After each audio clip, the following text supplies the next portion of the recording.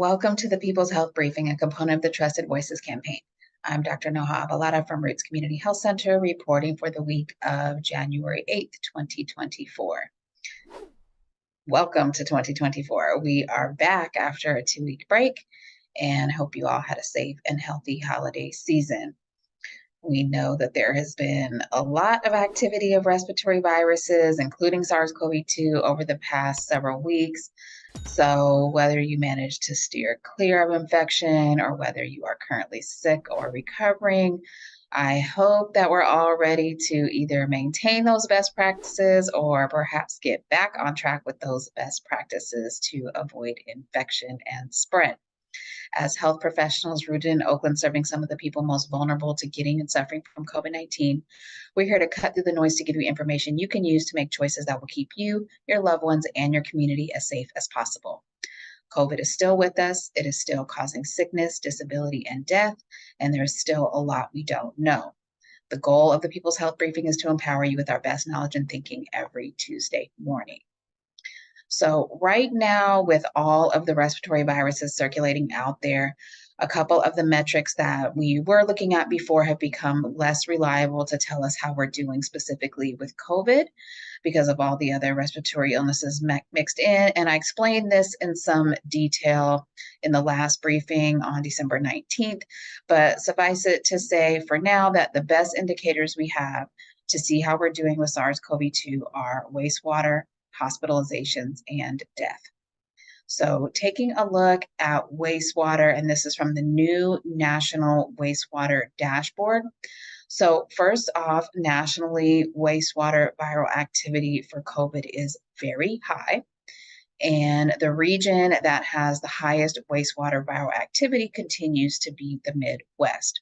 And if we take a look at the graph, and this is for the entire nation, we can see that wastewater viral levels are high. And we put this blue line across so that you could see that this is actually the second highest we've been since they've been reporting on wastewater. So over to the far left there, you can see winter of 2022. So that was the big Omicron wave. And although we're not that high, this is the highest we've been since then, or the second highest we've been since we've begun looking at wastewater. So it's unfortunate that we don't have the data from before the Omicron surge to compare things there. Also, during the time of the Omicron surge, we had about 600 different wastewater sites reporting across the United States. Now, and this is a great thing. Now we have more like 1,000 to 1,200 different wastewater sites. So it's challenging to say whether the 600 sites was representative or even whether the 1,200 sites is representative of what's going on across the entire country. But either way, we've been adding wastewater sites this entire time. And this is really an indication that we are at a time of high circulation of SARS-CoV-2 on average across the nation. And it is the highest we've been since the Omicron surge. And now taking a look at weekly new hospital admissions for or with COVID, and this continues to be quite concerning. As you can see, it's just climbing. We are at 34,798 hospital admissions for the week ending December 30th. And this is almost 6,000 more hospitalizations than just the week before that. I will note that this is getting to be more current. It's only behind by about a week, which is helpful, but the numbers themselves are very concerning. We can see that we have far surpassed the peak of our summer surge, which was that bump right before. The peak there was early September at about 20,000 hospitalizations. Now we're at almost 35,000 and heading up. And now taking a look at deaths, here we are looking at the week ending December 9th. We had at least 1,614 deaths in the United States alone from COVID. And there was about the same number of deaths the week before that. And this is more than triple where we were for most of the month of July when we got down to around 500 deaths per week. So we were down to about 500 deaths per week just this past summer, so just 6 months ago. Now we're over 1,600, so more than triple the number of deaths in the US every single week from COVID, just compared to about 5 months ago. And with hospitalizations still heading up, we do unfortunately expect this to go even higher. I am certainly hopeful that one of these days I'll be able to say that increases in wastewater are not necessarily followed by increases in hospitalization, or that increases in hospitalization are not then followed by increases in death. But unfortunately, we are not there yet. Instead, we continue to see a pretty predictable pattern of increasing wastewater concentration, quickly followed by increasing hospitalizations, and then later followed by increasing deaths. And a reminder that many of these hospitalizations and deaths could have been prevented if folks, especially folks who are high risk, and the link to who that is in the post, if those folks received timely outpatient treatment and also were recently vaccinated. So we need to make sure we're doing those things in addition to doing everything we can to reduce the spread of SARS-CoV-2 and other respiratory viruses, including masking and improving indoor ventilation. Now, taking a look at those other viruses from the CDC's flu view, looking at influenza in the United States for the week ending December 30th. So again, pretty well updated. We are now at 17.5% positive tests for influenza, and this is up from 10.5 for the week ending December 15th. So that's a pretty big jump in just 2 weeks' time, but that's kind of the usual flu pattern. We're used to kind of getting up there around this time. Looking at the graph on the left there, we can see that the flu cases, A and B, both have been increasing. We may be leveling off in this last week here. Time will tell. It would not be unusual for us to have just had an influenza peak around the end of December. Doesn't mean it would be the only peak this season. We'll just continue to keep an eye on that. And the week ending December 30th, there were over 20,000 patients admitted to the hospital with influenza. It was around 7,000 the week I reported 2 weeks ago, when I reported 2 weeks ago. So that's also a very significant increase, but again, kind of usual for a flu season. So far this flu season, there have been an estimated 110,000 hospitalizations and 6,500 deaths from flu, and 27 of those were pediatric flu deaths. Taking a look at RSV nationwide, I'm not actually sure what's going on here with the antigen RSV detections, which is the blue line, which it kind of dipped down and then went back up, while the PCR detections, which is the purple line, just kind of continued going up. But either way, it does appear that we are currently heading up in terms of RSV cases, which are pretty high already. And so there's just a lot of RSV circulating around at this time, and we'll continue to keep an eye on that, hoping for a peak and coming back down soon. Now taking a look at SARS-CoV-2 variant proportions. As I shared previously, the JN1 variant began showing up in the US in September, and it started being presented here on the tracker in mid-December, at which point it was about 21% of specimens.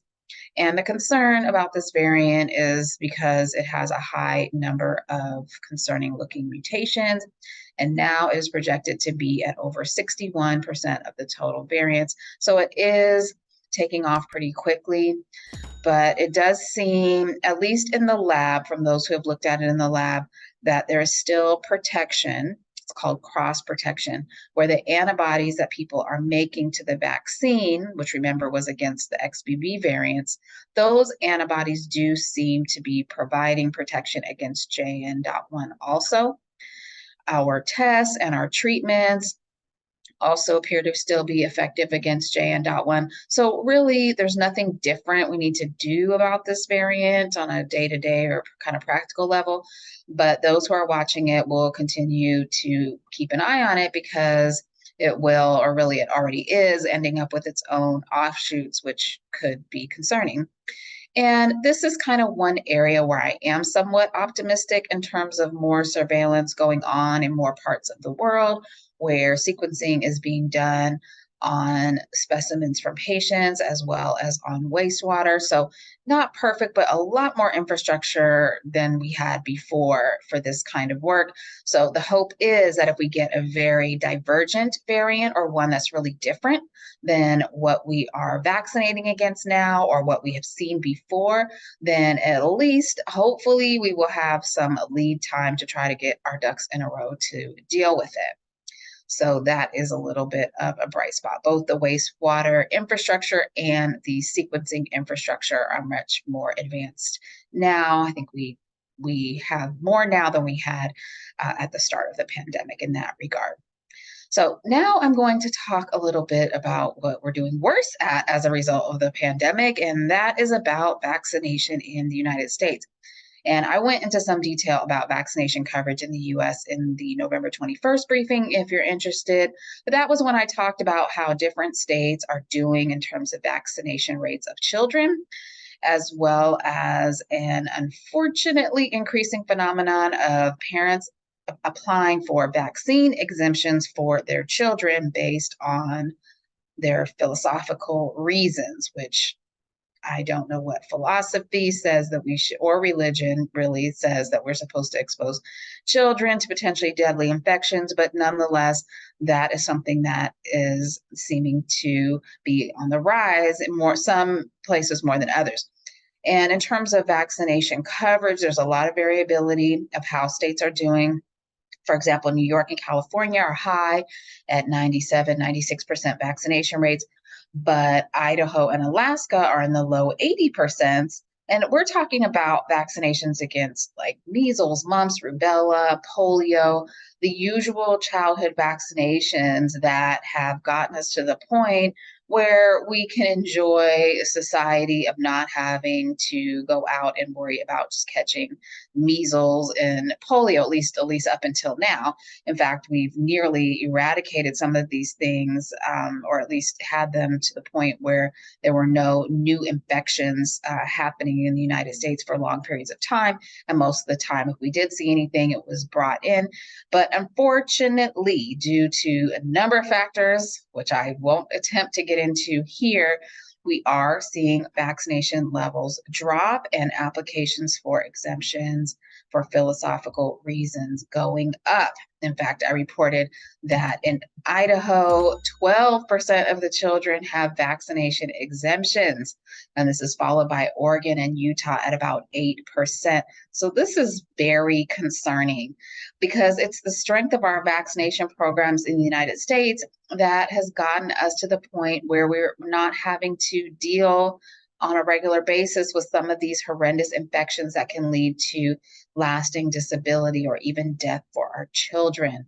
And certainly one of those illnesses is measles. So for the past few weeks, the city of Philadelphia has been dealing with a measles outbreak. And this is the release from the Philadelphia Health Department from January 5th, where they had reported 5 confirmed and 3 presumed cases of measles. Unfortunately, now there are 8 confirmed cases, and they're continuing to do intensive contact tracing to see how far this has gotten.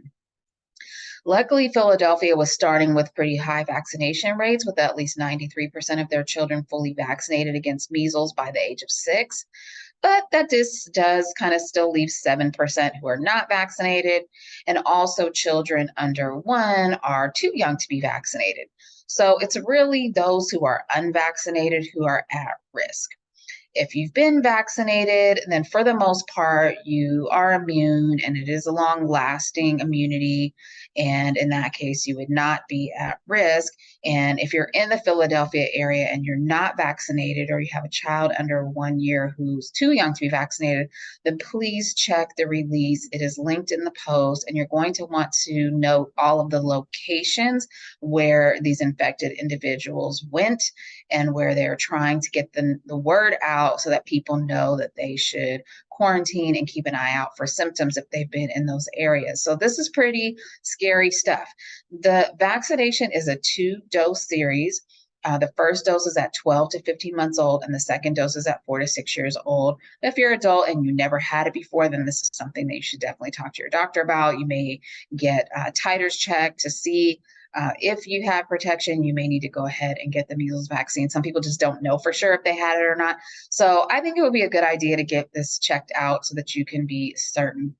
One of the most disturbing things about this situation in Philadelphia, aside from people just choosing not to vaccinate their children and their children getting very sick, is then the lack of follow through on isolation orders. In this particular outbreak, a knowingly infected child was actually taken to daycare for 2 days, exposing the children and the staff there. And it looks like perhaps 5 of the measles cases came from that daycare. This is absolutely reckless. And I really do hope that there is some accountability around this. It's just unacceptable to ignore isolation orders and endanger the lives of others and of others' babies and children. And this is not a small matter. Measles is actually quite dangerous. First off, for those who are not vaccinated, there's about a 90% chance that you will get measles if you have close contact with an infected person. It is that contagious. Also, about 1 out of every 5 unvaccinated people who gets measles in the United States gets hospitalized. There was actually a recent outbreak in Ohio, and the hospitalization rate was considerably higher at 42%. So we'll wait to see what happens with this particular outbreak. But generally speaking, at least 1 in 5 people who gets measles will need to be hospitalized. And right now, with the emergency departments and hospitalizations being overburdened, all of the respiratory illnesses are up, like we're talking about. This is just really adding unnecessarily a huge burden onto those area hospitals. So really sending out our thoughts to those healthcare workers who are grappling with all of this. 1 out of every 20 children who gets measles will get pneumonia, which is the most common cause of death from measles in young children. And about 1 out of every 1,000 children who gets measles will develop encephalitis. And encephalitis is a swelling of the brain. This is serious stuff. Encephalitis can lead to seizures and hearing loss, permanent hearing loss, deafness, intellectual disability, permanent intellectual disability, all because for some odd reason, we just didn't want to get our child vaccinated. And lastly, up to 3 out of every 1,000 children who become infected with measles will die from a respiratory and or neurological complication. Very, very hard to fathom this decision to not vaccinate. Heartbreaking, actually. The MMR vaccine has been around for a very, very long time. It's very effective. It's very safe. There's just no reason I can comprehend why anyone would want to endanger their own children in this way. And we know that there have been people who've been against vaccination in the past. This is a movement that perhaps we did not pay enough attention to before the pandemic because it seemed like it was a little bit on the fringes and just in certain communities. And it was one person here or there in the grand scheme of things. And those individuals essentially ended up benefiting from the fact that everyone else around them was vaccinated. So they didn't want to get vaccinated, but guess what? They were completely benefiting from the fact that everyone else did. So hypocritical maybe, but that's how they were able to keep their children safe or themselves safe. So they basically refused to do what needed to be done for themselves, but they benefited off of the fact that everyone else was doing what they were supposed to do. Unfortunately, if we are heading down this road, and it appears we may be, we're heading down a road where more people making this ridiculous decision to not get vaccinated means that we can no longer rely on the level of immunity in a population that would then keep you safe. And this is even more troubling because there are people, vulnerable people, like people who are immunocompromised, where even though they may do the right thing and get the vaccine, they may not mount a good response to the vaccine. So they're not developing that type of immunity because maybe they're on immunocompromising medications or they have a condition that compromises their immune system. So now they're at risk of disability and death from being exposed to measles also. Now, what are the symptoms of measles? So I'm not going to spend a long time on this because I'm hoping everyone is just going to make sure everyone gets vaccinated. Then you don't have to worry about this. Quite literally, if you are immunized, unless you're one of those people, like I mentioned, under one or immunocompromised, then this isn't something you have to spend a whole lot of time thinking about. But hopefully all the medical professionals who may have not seen much measles in their career are dusting off those textbooks and getting familiar with what this looks like, because this may be something that will become part of our reality now because of this backsliding and just going backwards into a time that I never thought we would see again. A pre-vaccination time. So hopefully things won't get that out of control, but it certainly is concerning. So high fever, cough, and runny nose, watery red eyes, loss of appetite and fatigue. And then it's really the rash, which generally starts on the face and spreads down the body. And measles, as I said, it is deadly. It can lead to pneumonia, respiratory failure, encephalitis, and death. And it is highly, highly contagious. So if you even think you have it, if you were in one of those places that the Philadelphia Public Health Department mentioned and you're not immunized, not vaccinated, not immune, then you need to quarantine until you figure it out. And you need to contact the public health department so that you can do the right thing, and also seek care. As you know, we've been saying week after week after week that we want to protect ourselves from infection and reinfection with SARS-CoV-2. We, of course, want to protect ourselves from all the other public health threats that are out there. But as it relates to SARS-CoV-2 and other respiratory infections, and quite frankly, it wouldn't hurt for measles either, that especially in public indoor spaces, you should wear a well-fitted filtration mask. We've especially said crowded places, airplanes, airports, grocery store, anywhere where you're really around members of the public. Wearing a well-fitted filtration mask like an N95, KN95, or KF94 is going to be your best protection. So we were so glad to see that the California Department of Public Health is really putting out the same message far and wide. And I really do appreciate this because we're just not seeing enough of this coming from our public health leaders. So I really hope that the rest of the nation will take note of California's leadership in this regard. Clear messaging that does not pretend that the risk is over. So let's all take heed. And with all these respiratory infections going around, especially over the holidays, I know a lot of us know a lot of folks that have gotten sick, and I think we're all hearing a lot of, I'm sick, but it's not COVID. I must have a cold or the flu. So when someone says I got sick, but it's not COVID, really you need 2, maybe 3 antigen tests properly spaced to really establish that it is not COVID. Typically, those tests should be done somewhere between days 3 and 8 or so after exposure or symptoms. If you just take one test and say it's not COVID, well, that doesn't work unless it's a properly timed PCR test. A PCR test done around day 3 to 5 mark should give you a good indication, but the antigen test must be repeated. You cannot rely on one. And we still think it is important that you know if what you have is COVID, especially if you're someone who needs to be treated, certainly, but also so that you can come up with the proper isolation plan. Also, because this might determine your future vaccination schedule. And also, in the unfortunate event that you end up with long-lasting symptoms like long COVID or a post-COVID event, it really is best to know what you are dealing with.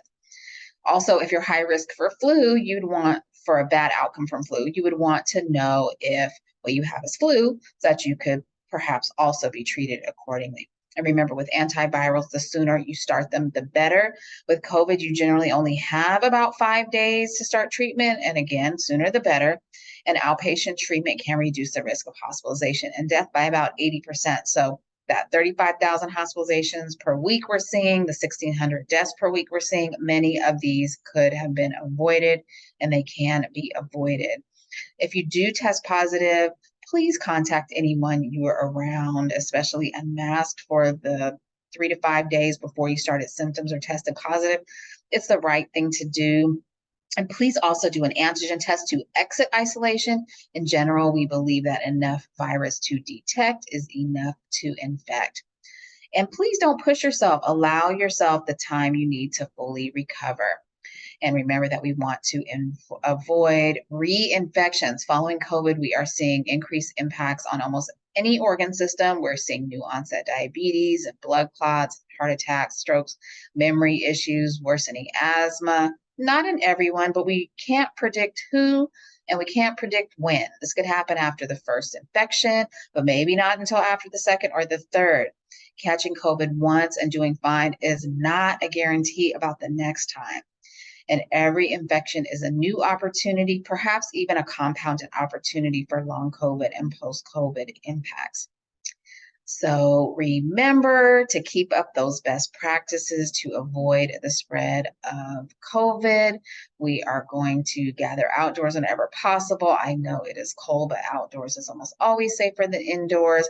And we're going to improve our indoor ventilation, mask, vaccinate, test. And remember to eat a balanced diet, incorporate fruits and vegetables, avoid those sugary drinks. It is the new year. Let's think about getting in with your doctor. And if you don't have one, please get one. Know how to reach them before you need them. Get your blood pressure and your baseline labs checked, like sugar and cholesterol. Let's get some fresh air, some physical activity. Unless you're sick, in that case, please get your rest. Manage your stress levels and get a good night's sleep. This concludes today's People's Health Briefing. Thank you so much for joining us, and we'll see you again next Tuesday at 10 a.m.